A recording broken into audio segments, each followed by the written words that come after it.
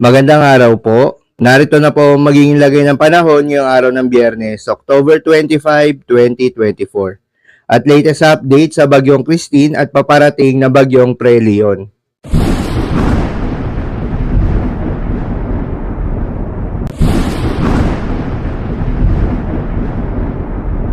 Sa kasalukuyan na tayo sa pag-asa, ang Bagyong Christine nga ay inaasahan ng lalabas ng Philippine Area of Responsibility ngayong araw.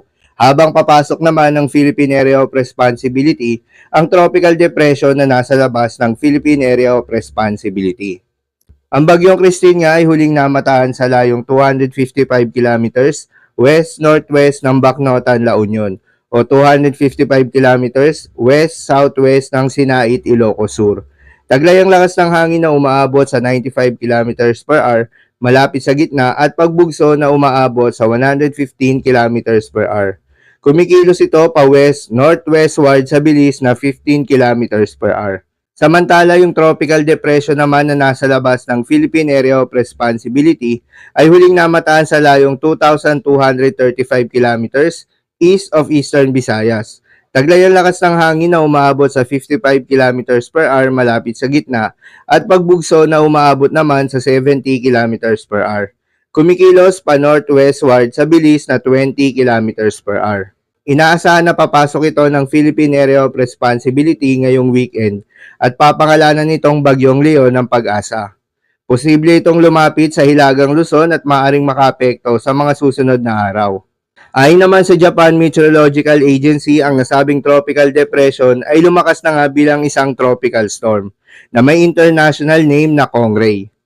Samantala, may nakataas pa rin na tropical cyclone wind signal number 2 sa may northwestern portion of mainland Cagayan, Babuyan Islands, Nueva Vizcaya, Apayao, Abra, Kalinga, Mountain Province, Ifugao, Benguet, Ilocos Norte, Ilocos Sur, La Union, Pangasinan, Nueva Ecija, Tarlac, Pampanga, Zambales at northern portion of Bataan.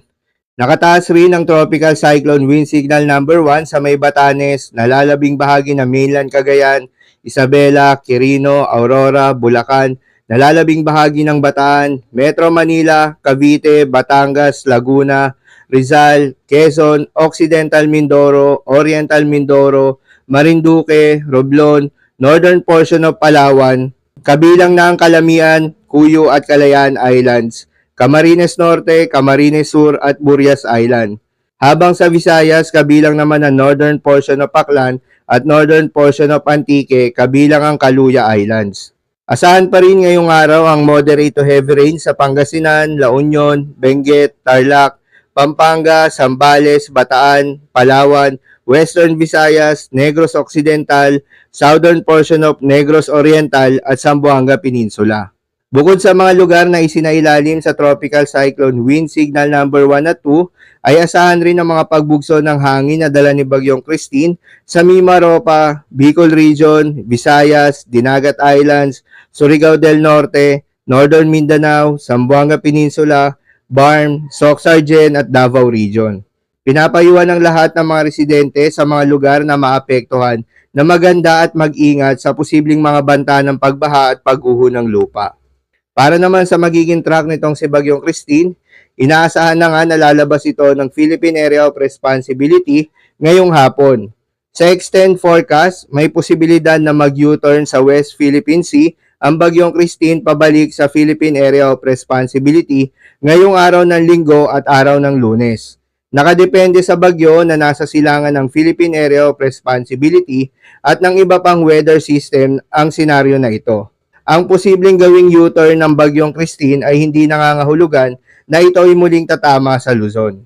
Paalala lamang po na ang mga nasabing forecast ay posible pa pong magbago.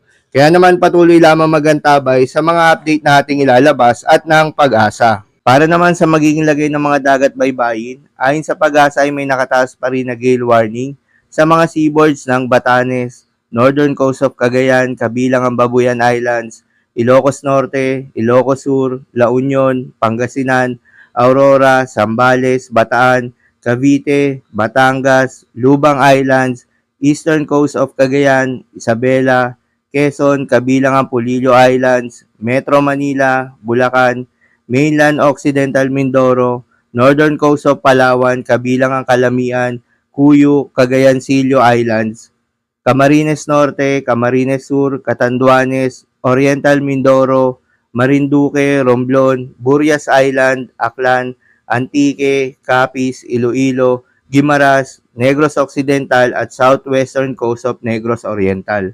Payo ng pag-asa ay huwag munang pumalaot yung mga kababayan nating mangingisda sa mga nasabing seaboards dahil inaasahan yung maalon hanggang sa napakaalon na karagatan. Habang inaasahan rin na meron pa ring storm surge na umaabot sa 1 hanggang 2 metrong pag-alon sa may Ilocos Sur, La Union, Pangasinan at Northern Zambales. So yun lamang po para sa lagay ng panahon ngayong araw ng Biyernes. Keep safe everyone.